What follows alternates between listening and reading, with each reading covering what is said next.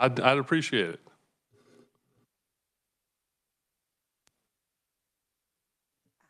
Can you hear me? Okay. The question is just what will happen when the sediment is released? When that sediment is released, how does it impact your operations there in Water One? Does it improve or hinder some of your operations? So the answer is we're not sure. So we're going to find out through this experiment that you're talking about when the water injection dredge is done. And we will be working, I believe, with KDHE and the agencies to really be paying attention. So unfortunately, the answer is we don't know yet, but we will be paying a lot of attention. And in our situation, if it were to be horrible, we could always turn off that intake and take from the Missouri. So as far as being concerned about our operations suffering through that, we're not worried about it, if that kind of helps. Not the best non-answer. While you're standing there, the committee members were a little bit shy about talking about Water One. Can you tell us about the number of customers you have and the rate of water that you use on a daily basis? Sure. So we serve 475,000 Kansans. So most of Johnson County, Olathe has their own water works and facilities. And so we have the capacity to do 200 million gallons a day. So in the wintertime now, no one's irrigating, so I think we're running much less than our capacity, and I think the closest we've ever got to it is like 130 million gallons a day. So we are built for the future, and as many of you got to see, our facilities, I think there are 4 more phases to build out. So we are ready for the future. I know when you asked how many gallons a day do our customers use, we use the non-irrigation number. So we put it at 50 gallons a day per customer. And we had many internal discussions about what that number should be. So it might be closer to 70 or something like that if you're going to add in, maybe closer to 100. But what we found, our customers over time, and I think it's from the new technology, you know, the low-flow toilets and washing machines, our customers' use is actually going down. So, yeah. What else do you want to know? I was hoping you'd say the best tasting drinking water in the nation, and I didn't hear that. As a salesman, I'd anticipated that. Well, I knew Representative Essex already filled you in on that, but that is done by the American Water Works Association, so that's a nationwide organization, and we are very proud that we won Best Tasting Water, but we also won People's Choice. So that was a blind taste test, and so it's rare to win them both in one year, so we're very proud of that. Okay, enough self-promotion. Thank you for the opportunity. I believe Representative Fairchild has another municipal water consumption numbers for us. Thank you, Mr. Chairman. For my hometown of St. John in 2022, the number of gallons was 46,346,310. Did you figure that on a per capita basis? Okay. 1,200 people on 365 days. That's, you'd be over 130 gallon per person per day, I believe. But you have a lot of beautiful green lawns in St. John. Anyone else? Okay, we have a treat today. Legislative Research will give us their presentation on our comparative numbers in other states surrounding us. Yes, thank you, Chairman Minix, Vice Chair Howerton, and Ranking Minority Vaughn. I'm Meredith Fry, a research analyst with the Kansas Legislative Research Department. You'll see a memo at your desk, And so this is compiled information that was based on a request on how water funding, revenue, and spending are allocated and funds distributed in states in the Midwest region. And so the states that responded were Colorado, Missouri, North Dakota, and South Dakota. So these are the actual responses from the states. And let's see. So I would recommend looking at this. This will be on the legislative website because there are hyperlinks that take you to certain flow charts and things. There also are a couple that are attached on the back. And so the intent of the document is to provide a very basic overview of the water funding mechanisms and revenue sources, annual state spending on water, and funding distribution methods in those states. So if you have any specific questions on a particular state that is here, I can reach out to my contacts there. But they're kind of broken out into those categories.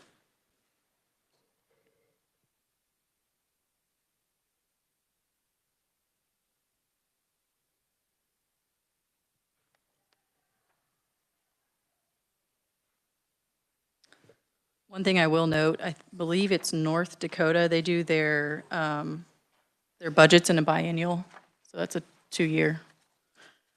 I'm looking at those numbers.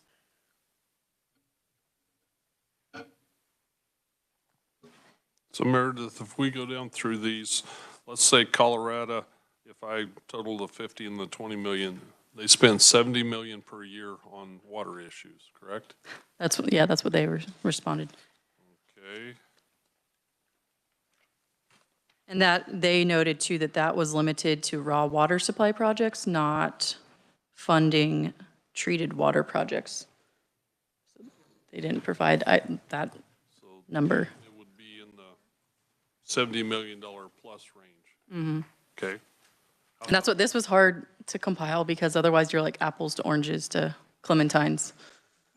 In Missouri, we don't really have a number? Mm-mm. Okay, and then North Dakota, for 2019 through 2021, $355 million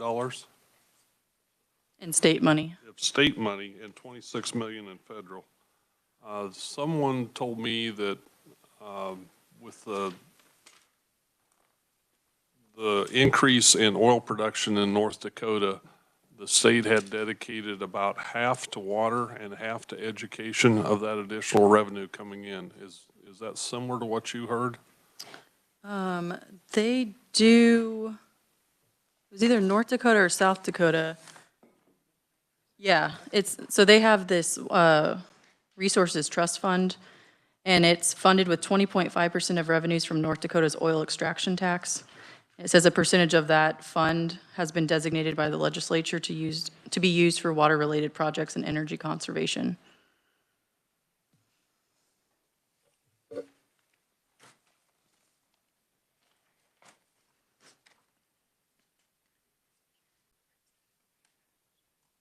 And then under the heading funding distribution methods for North Dakota, they show their 2021 to 2023 budget, and they show the breakdown between flood control, water supply, general water management, rural water, and discretionary.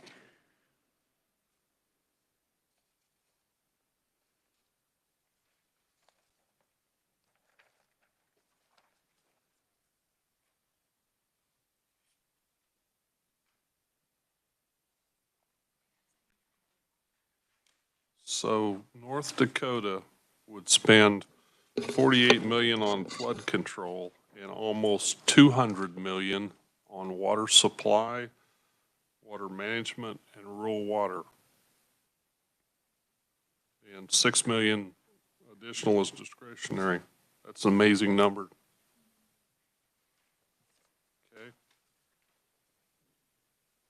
Okay. Representative Blex? Yeah, I have a friend in North Dakota that talks about this water, and of course, they've got a division of water.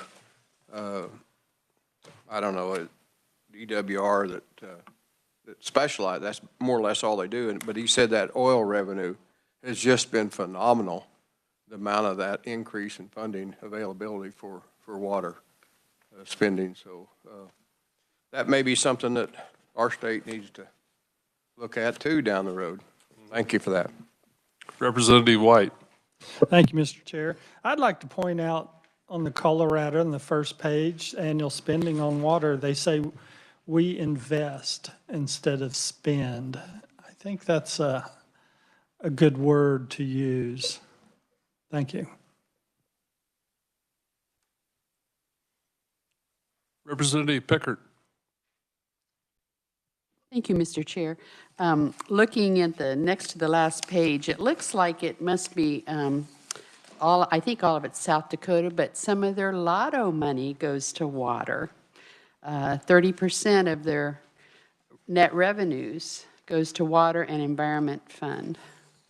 So, and we do happen to have a lottery here in Kansas, so just an idea.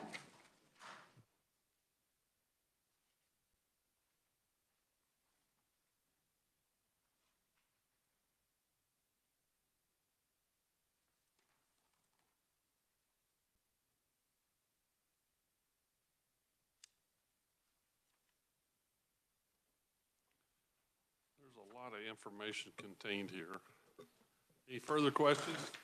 I might note too, the attachments on the back. So the first is from Colorado, and it kind of shows all their different projects that they fund, and that was an attachment to their email. And then behind that is a flow chart that's referenced in the memo from South Dakota on their revenue flows.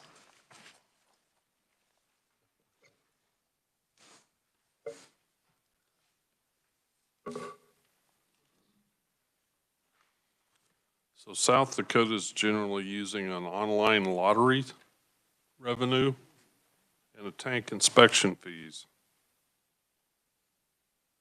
and many other fees that go into that.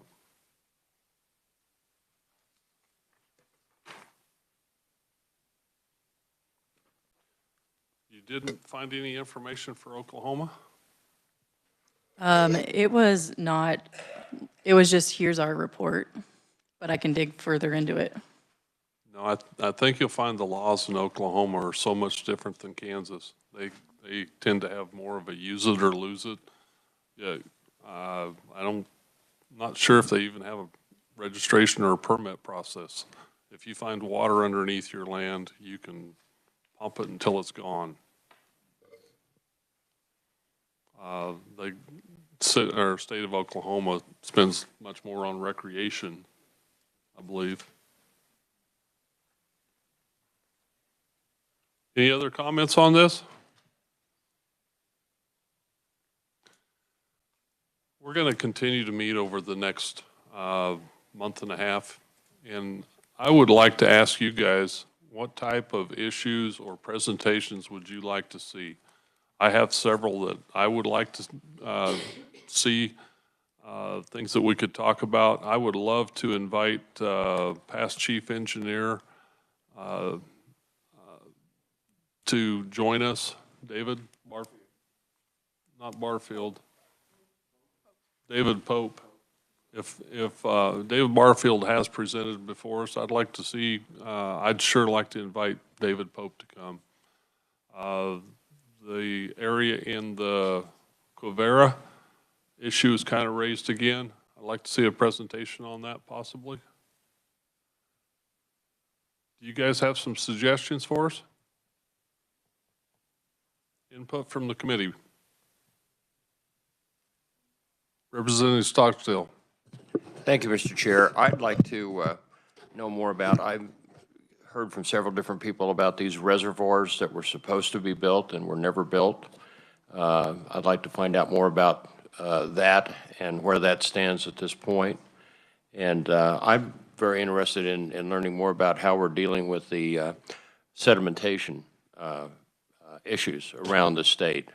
And I think I was interested in whether we were using dredging or the injection process as far as the experiment that we're doing with that will impact Water 1. But those 2 are issues I'd like to take a look at. Representative Pickard. Thank you, Mr. Chair. When I went to the municipalities meeting in McPherson, in December, I think it was, they were talking about innovative ways that municipalities were providing water for their town. And so that might be interesting too. I think there's quite a few cities in the state of Kansas doing different things to reuse and recycle water. Sure.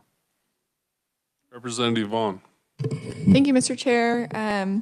Building on the former representative's comments too, it might be really interesting to hear from Hayes, Kansas. I know they've done a lot to reduce their water use and have implemented really innovative techniques to do that.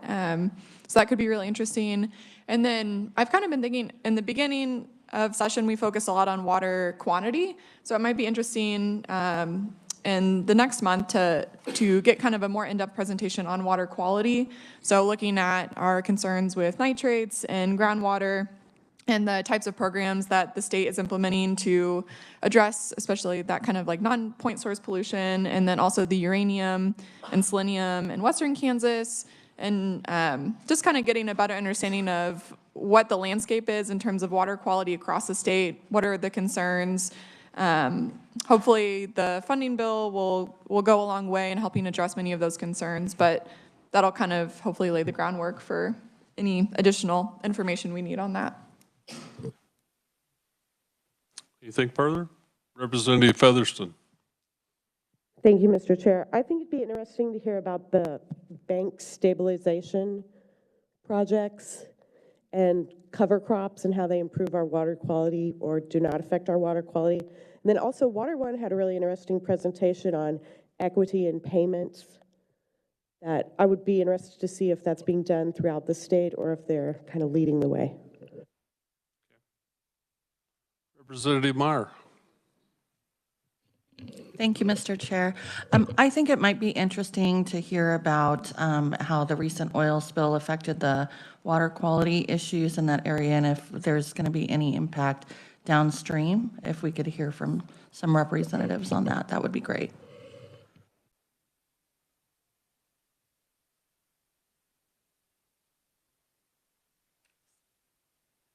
Representative Blex.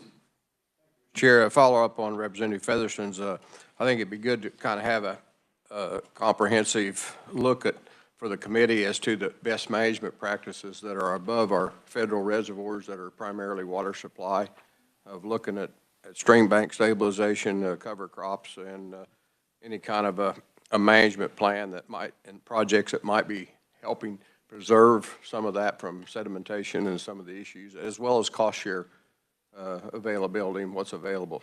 Thank you. Any others?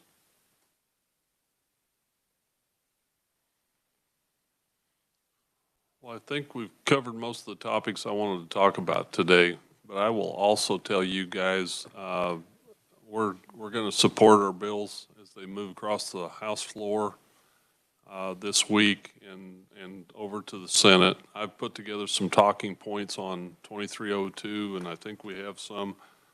Vice Chair's put together two really nice briefs, one on each of those bills. When you go back to your home communities this next weekend and you have legislative coffees or discussions within your community, we need to spread the word and explain what we're trying to do here. I want to thank the committee for what they have done over the last 6.5 weeks. It is historic. You guys have done very good work. I kind of look at it, though, it was kind of a perfect storm with all the things that came before us. The drought here in Kansas, the issues going on in the Colorado River Valley and Central California and things.